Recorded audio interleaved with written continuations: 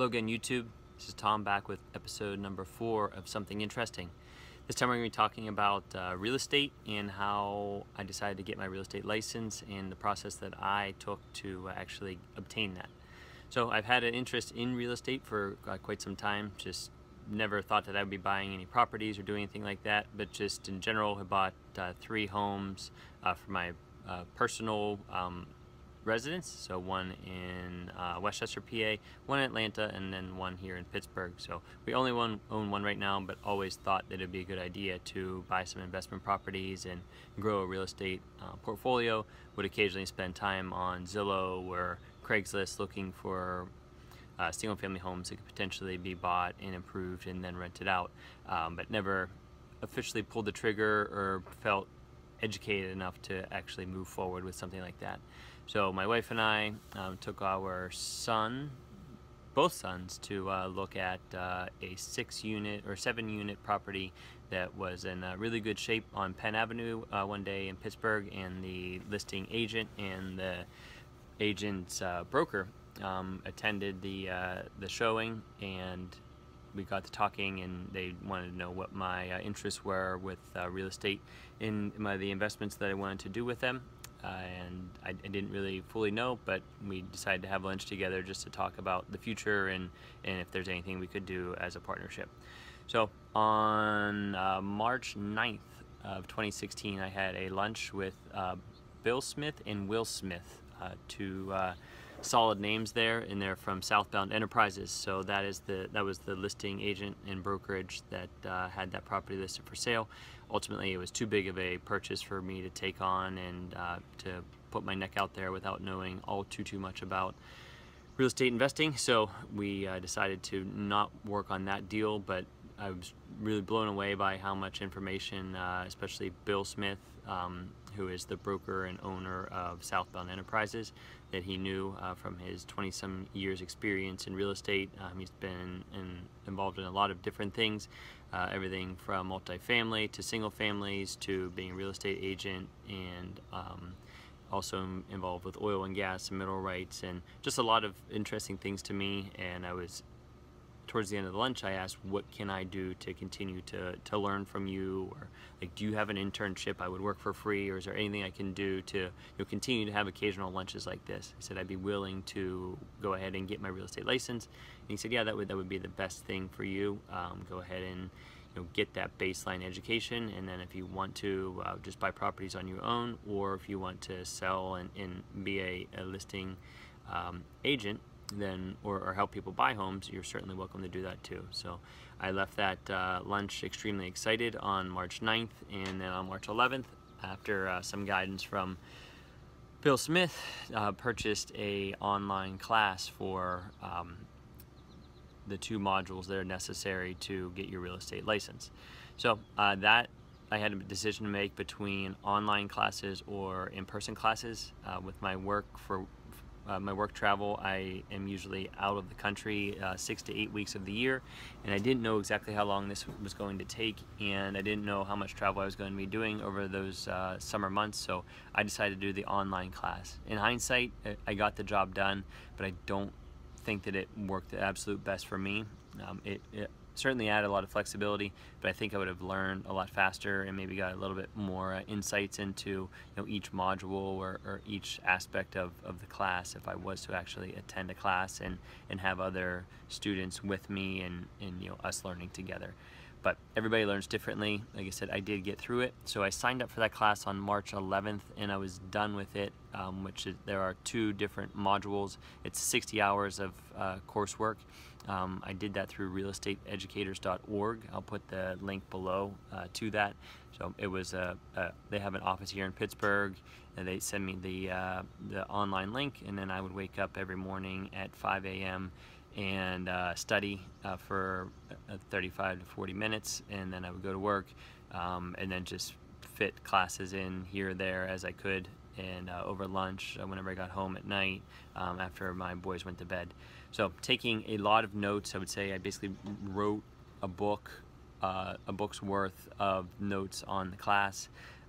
Each module would have, you would be answering questions along the way, and then you would have to answer those same questions again at the end of the class. So Some modules would take 10 minutes, others would take 30. So I definitely, without question, dedicated more than 60 hours of my life to that class, and that's another downfall, I would say, of the online learning. You can get through it and you can click through and get the answers, but if I wasn't writing things down and had notes and making flashcards along the way, I wouldn't have learned enough to be able to pass the final test. So that's why I would think a real class, a classroom class, would be better for me. It would have been a fixed 60 hours. I would have had some studying after the class, but for the most part, I think I probably dedicated over 100 hours to get through those 60 hours of class.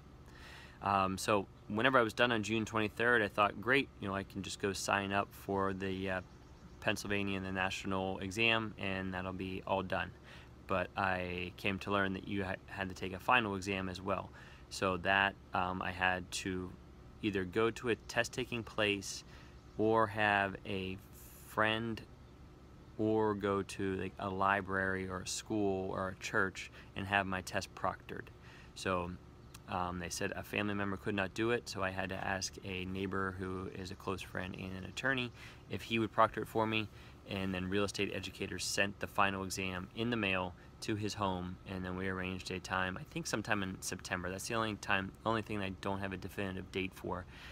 So I went to his house, which is 2 doors down from where I'm at right now, and sat in his basement and took the test. So that was about a 3-hour test. There were 2 separate tests that I took, and it wasn't the easiest test in the world. There's certainly some tricky questions in there. I think you had to get a 80%, 75 or 80%, and I did get through that and passed it the first time, so that was fortunate. But definitely need to do quite a bit of studying beforehand with flashcards, and it at least gave me a little bit of an idea on what was going to be on the actual license exams. So after I passed that, I had to send that test was sent into Real Estate Educators. They graded it, emailed me back the next day saying that you passed. Both of them gave me my scores, and then that allowed me, they sent me an email verifying that I had completed their test, passed their final exam, and I had to send that on to the state to, I think the state, I had to send it on to get registered for the online class, and yeah, that was on the state. For the test. So once again, that test, there was a national and a state exam, and that had to be proctored at an official test-taking center.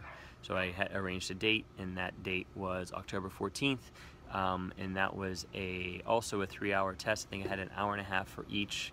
I forget the number of questions, maybe around 60 on each test, and again, you had to get over an 80% to pass. I studied a lot more for that than I did the final exam after seeing the amount and detail of the questions on the final exam. I spent a lot of time on YouTube. There's one gentleman in particular who does some test prep and just teaching a lot of acronyms or a lot of little things to make you remember some of the fine details that you need to know for this test, and based on the questions that are commonly asked. So that absolutely helped. I had flashcards. I was reading through my notes, rewriting my notes. This is the first test that I've taken since college in 2003, so it was a little bit nerve-wracking. I think I got above a 90% on both exams, so passed with no large issues, but it was a rather stressful time. So after that, those results got sent in, and my broker, Bill Smith, had to submit some paperwork to the state, and then eventually I got my license on November 15th. So from start to finish, March 11th to November 15th was the length of time that it took me to get my license. The cost of the exam was the cost of the class was $375 for the 60 hours. I got their like extended, or it was called the Works package, and that also had some prep tests that I did take as well prior to taking the final, and those helped a little bit. And so then I passed all my tests the first time, and I know that other people don't. I just need to definitely dedicate a lot of time to studying and knowing all of your details. It's definitely not a breeze to pass all 4 of those tests.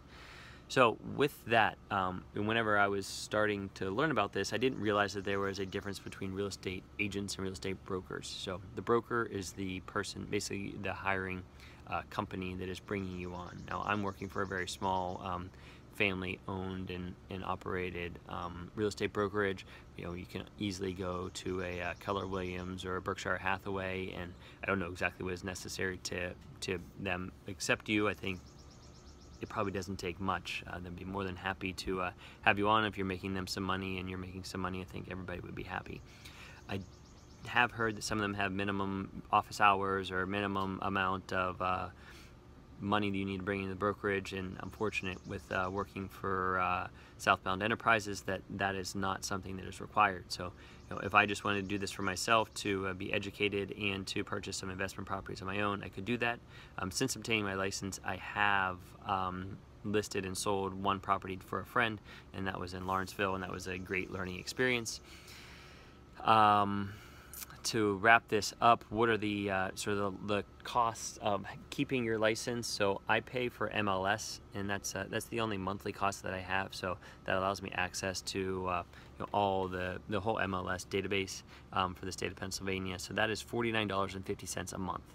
So with regards to how much I spent on this license, $375 for the license course. The exam itself was $54, and now I spend $49.50 per month to have access to the MLS.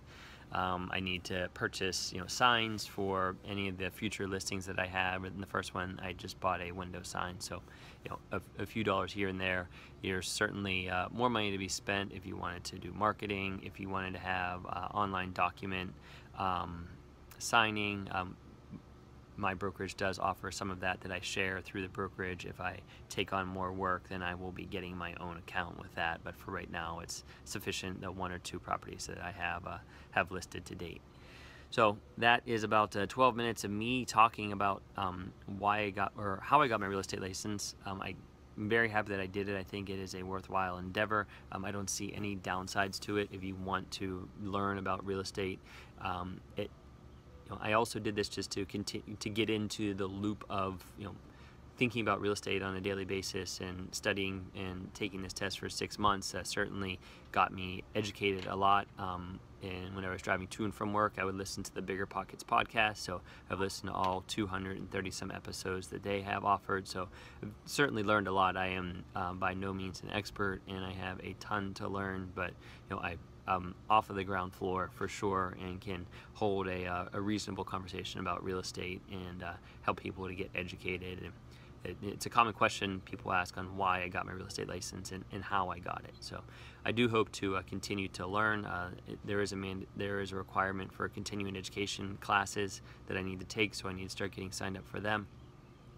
And my brokerage does offer some training that we have on like a quarterly basis. So that's good. And then my real estate broker, Will Smith, is always available to answer any of my questions. So overall, I think it was a good move, and it I already talked about all my revenue streams. This is one that I can fall back on and grow if I want to do that. So with that, put a few interesting videos here at the end. We were traveling this past weekend up to Conneaut Lake, which we go to for most summer holidays.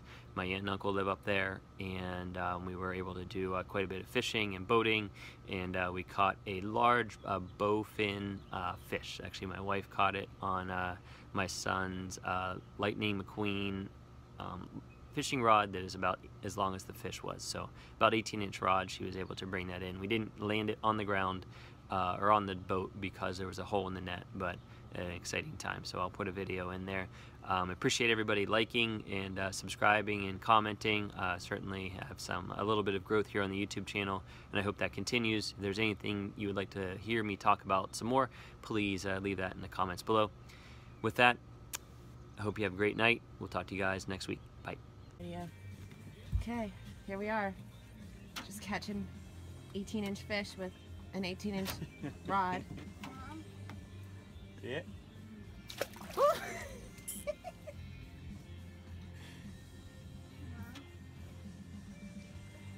My first cast of the day.